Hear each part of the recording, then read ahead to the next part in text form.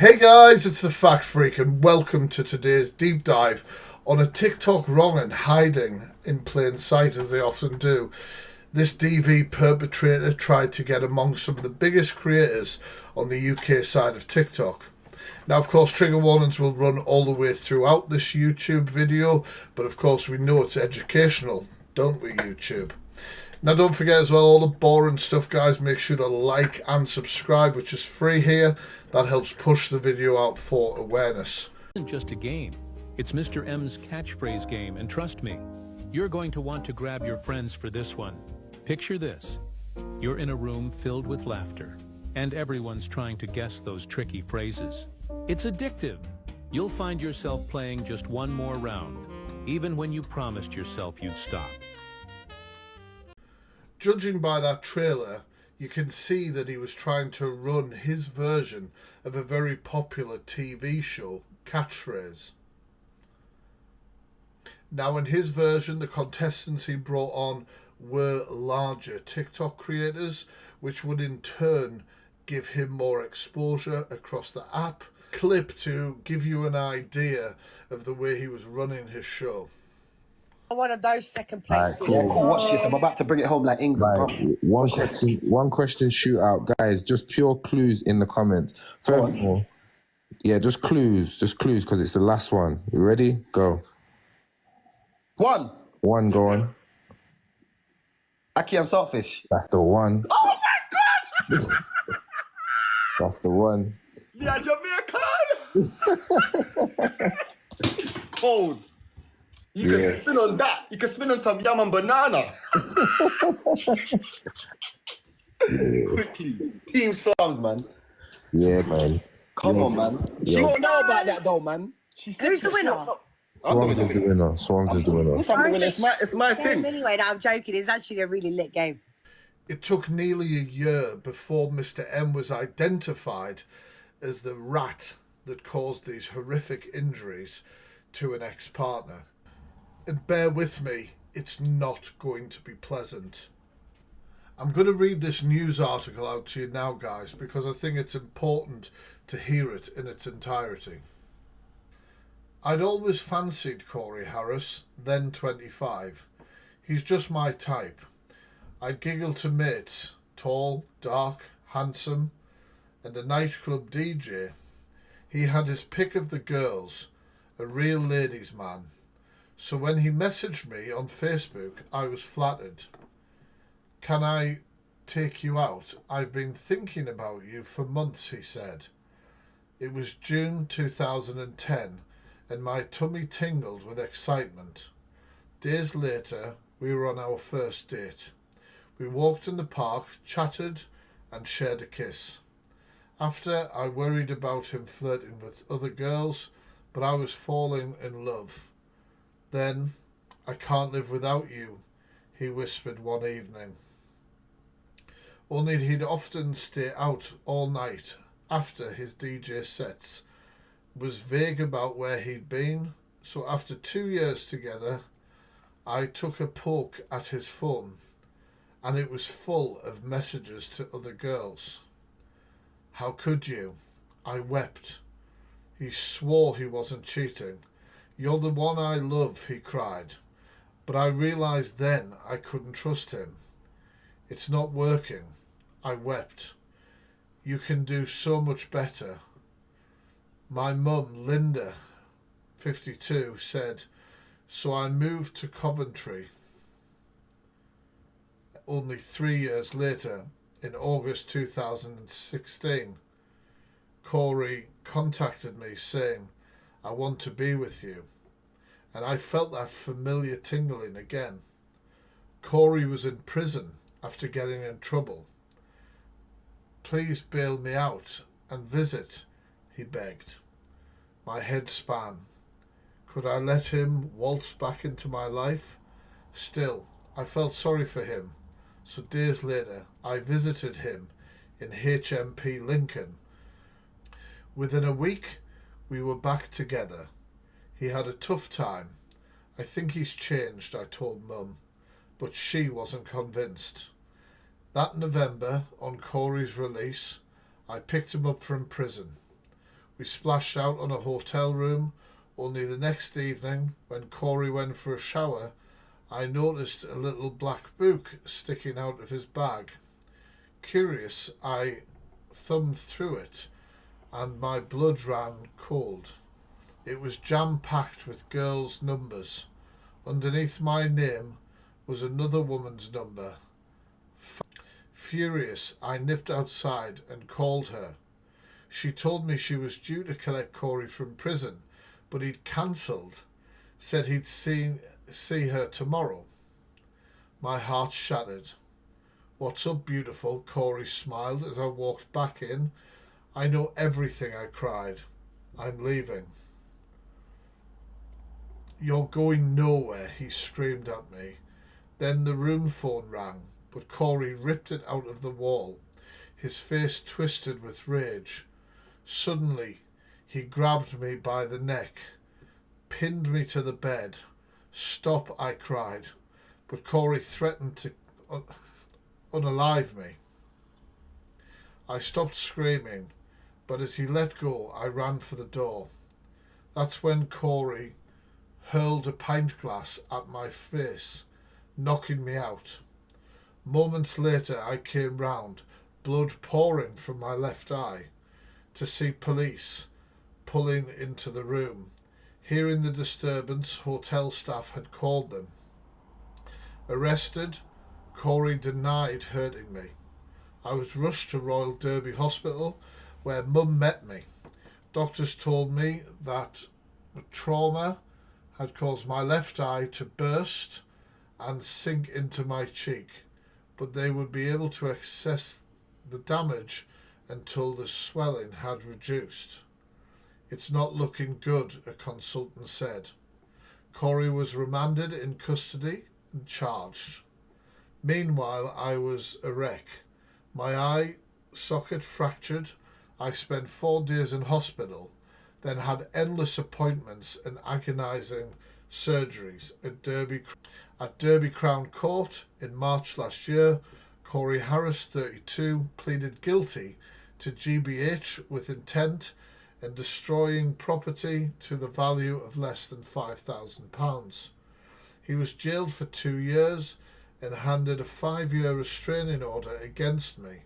In the horrific news article that I've just read you, they obviously mentioned other crimes.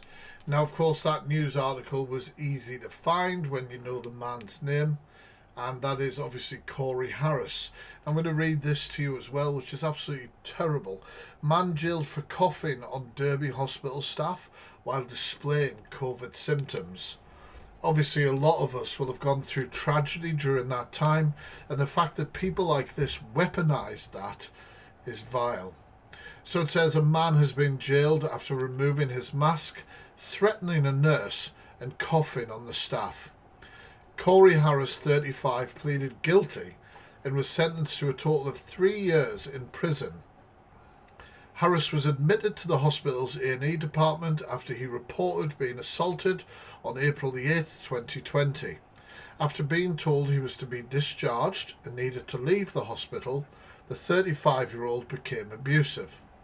Security staff were called to intervene, and Harris, of no fixed address, coughed, spat, bit and punched them, and officers were called. Harris, of no fixed address, was arrested and later charged with a fray and 2 counts of causing assault on an emergency worker. During the trial, he also admitted to having a previous unrelated incident of assault and possession of a chef. Honestly, just an out-and-out wronging. But let's hear him try and justify and talk his way around this on TikTok. Yeah. Mr. No Face is deciding to attach me to an article. What, no face, no case? Yeah. What is he saying? Don't know, he's live now, innit? So, well, basically, if I'm honest with you, what had happened I didn't even think I'd end up doing this today, but it happened, so... Fuck everybody else, yeah? Like, if you just forget the comments, yeah? Just chat to me, bro. All right, so there's a situation, and obviously within the time, obviously, I got married to a female, and when we was married and stuff, we got married in Islamic marriage and whatnot. And when I come out, while I was practicing my religion, I didn't want to be involved with somebody without being married, if that makes sense, because it would be contradiction whilst you're in jail. So we got married and whatnot, and then in the interim of that, I was trying to find another woman to get married to. But when I got out, I got released like about 7 o'clock at night. So then we went to a hotel room, and then I went out, and she found another girl's number in the bag. So then, obviously, as you would, she was upset about it. She got upset about it. This had a little argument, few words of exchange. I was angry at the time, but at the same time, I was happy to be out. Cut a long story short, it's been spoken about. It's not just about my side. Obviously, when the glass hit the wall and then went into her eye, it was damaging. And obviously, I'm not proud about it, but I can't even know where to start. So obviously, it's hit the glass has hit the wall. It's gone in her face. So originally, she says, "Oh, it was an accident." Within the article that was put out there, she says that I pinned her down, this, that, and the other, this, that, and the other.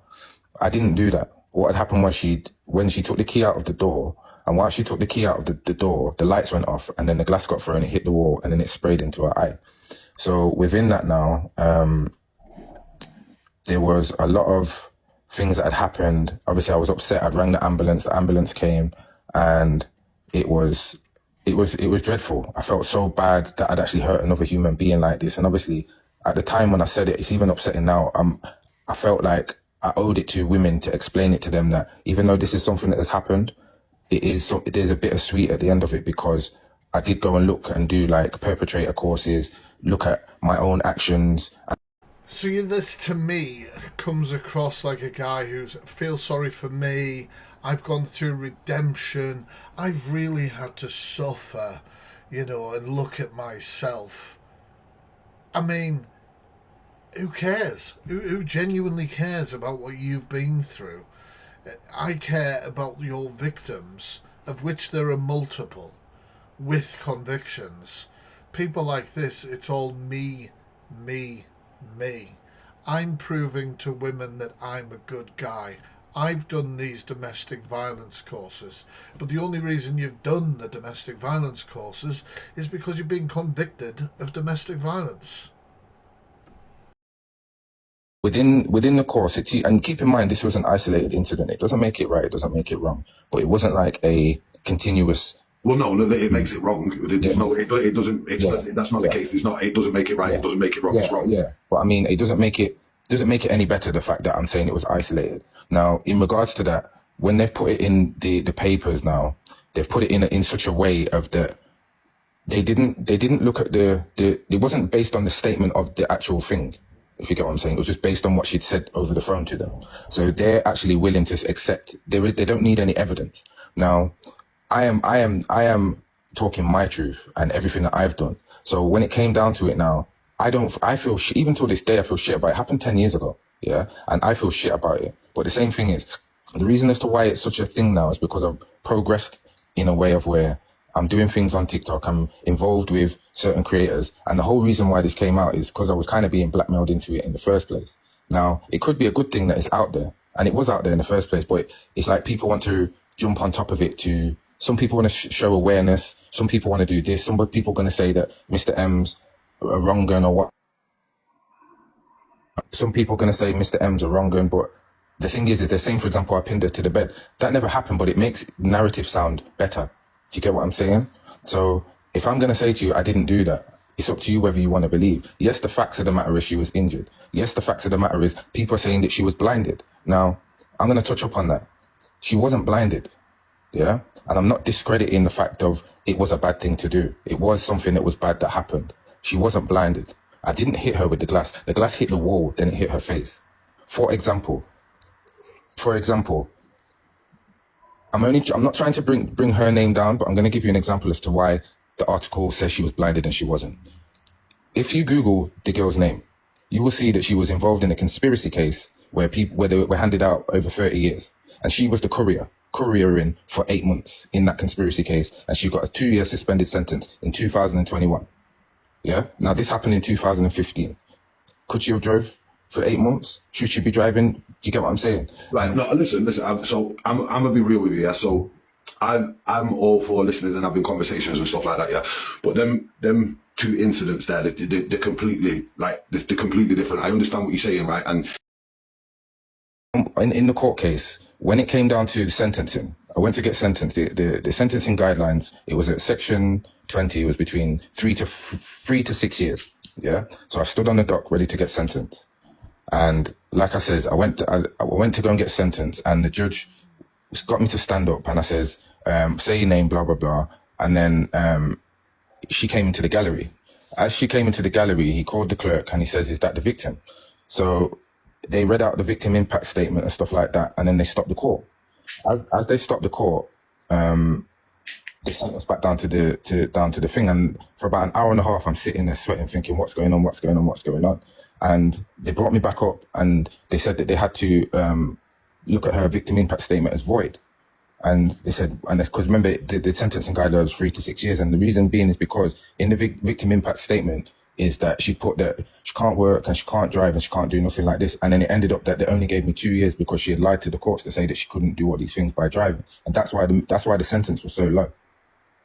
So within that, it nullified her compensation. It nullified everything like that. Do you get what I'm trying to say to you? So that's why, if you look at it, that was the reason why. And I'm not trying to say that it wasn't traumatic for her, because at the end of the day, I will always be sorry for what happened. The fact of the matter is, first and foremost, I understand how that has impacted her life. Yeah. I understand that she may be in a position where even in another relationship, she's going to feel a certain way. I understand that she's going to find it hard to trust. I understand that she's going to find it hard to, in her appearance. I understand that mentally it's going to affect her. Yeah. I do know these things, and these part of me going into these perpetrator things, because at one point I couldn't live with myself. Do you understand what I'm saying? And it's not about feeling sympathy for me, but it's about the fact that somebody had done these actions and gone and looked help to go and address them in a certain way. Now, at the end of the day, what else can I do? So can I ask you, when you took these private courses, yeah, what kind of tools, all right, so they taught, so you learn about like an arousal curve. When you get to a certain point of anger, then there's a certain point where you realize you're angry, and when it goes up a bit further more, you realize there's no point of return. With manipulators, they will often tell you what you need to hear, what you expect them to say. And I think that's always worth thinking about when you hear a perpetrator try and excuse themselves and their actions. We are now going to hear a clip which is quite harrowing and brave. The lady of this domestic violence incident actually came onto TikTok and shared her story. Now, I'm going to leave the full thing in, completely unedited. I think it is extremely brave to do that, for anybody to stand up and tell their story in these circumstances, and I expect nothing but respect for this lady. And then the arguments got worse and got worse and got worse, and we've carried on arguing to the point where I've had enough of him now, and I've tried to leave. And he was stood one side and I was stood the other side, and I went to walk out the door and he's launched his pint glass. I've turned round and the pint glass has smashed me in my face and knocked me out. He is lying when he said he didn't knock me out. The pint glass knocked me out, and I laid on the floor unconscious, and he come running over and he called the ambulance. But he told the ambulance that he found me like that. And so I'm there in the background like, help me, this man has done this to me. Within seconds, the hotel staff had called the police, my friends had called the police, my mum called the police, everybody around me had called the police, because they knew this man had trapped me in the room and he was attacking me, because there was no way I don't answer my phone. And he was taking my phone off me, saying, don't call her phone, just acting like a madman. And then the police come to the door, and within seconds, he was like, I haven't done it. I haven't attacked her, blah, blah, blah. And they kicked the door in, and he's coming in, they've arrested him straight away. They've picked me up off the floor. They see my face is burst. My eye was just finished. My eye was blue straight away. It was destroyed. And then the police came in and the ambulance came and they put a blanket over my face and they led me out of the hotel room and took me to hospital. My eye was dead from there and then. It was ruined. And the glass never bounced off the wall. The glass smashed me in my face. And when he's saying in the article, she says in the article this, I did say in the beginning, he didn't mean to do it because I was in love with this man. He'd just come out of prison again for the 100th time. I wanted to be with him. I didn't want to send him back to prison. It's only when I was sitting there in my hospital bed and the police was outside my door, they wouldn't let nobody in, and my brother came, and my brother broke down looking at my face because my eye was green and it was dead and it was drooping. And I was, that's it, I have to tell the police what happened, but I still downplayed it to what had happened. Someone keeps calling me because I was in love with him, and he had a solicitor at the time that was with me and him, supporting him. When we got to court, his solicitor told him, if you don't admit what you've done, I can't support you, because my face was ruined and my face was destroyed. And in court, he sat there laughing. He sat there laughing on remand on the camera, and he just didn't care. The man had no remorse about what he did. And to hear him talking online, like, he's told so many people over the years, oh, she was in love with me and this and that, and I didn't mean to. He's lying, and I'm so surprised he's on TikTok now talking about it. Like, I don't understand why you're talking. Why is he talking about it now? But you can never get out of this. It's nearly 10 years ago that he did this to me, but I'm still blind. I've still got a plate in my face. If I come on live now, like, you will see the cataracts that is still in my eye after I've had 5 operations. I've got a fake lens. I've got a plate in my eye. I've got a slit in my eyelid, a slit in my eyebrow. I'm half deaf in my ear. Like, he is a liar. And I'm not the first woman that he has attacked, but I'm the first woman that he has, like, massively in our city attacked, if that makes sense. Yeah. But yeah, he's a complete liar. Listen, don't think that nobody, like, believes or anything that you're saying, because we do. But why? There's certain people saying if anybody speaks up about him, they're going to be took down. Let me tell you, you've got the whole app behind you, the whole app. And anybody that says that they're not going to be there for you, a little rat, just the same as what he is. That's my opinion. Yeah. He is just a little rat. Like, it's 10 years, November 21st this year. So I've moved on from it. I've got a son, and I live a completely different life. I haven't seen him for years, but you hear his voice and I think, ugh. Like, you are an absolute liar. Like, he downplays it so that other women don't think that he is this man, and that, oh, it was an accident, I didn't mean to do it to her. Of course, a different perspective from somebody who's had to survive that domestic abuse. Now, obviously, I realise today's deep dive could be extremely triggering, and this number above is helpful if you need to reach out. You are not alone. You are not alone. And yeah, just absolute bravery from that lady at the end to come forward and tell her story. Now I want you guys to tell me what you think of Mr. M in the comment section below. Don't forget, you can share this video out, and right about here down on the bottom there will be a video that I think you guys might enjoy. If you enjoyed our deep dives, just click on it, and I will see you in the next deep dive. Look after one another. Peace.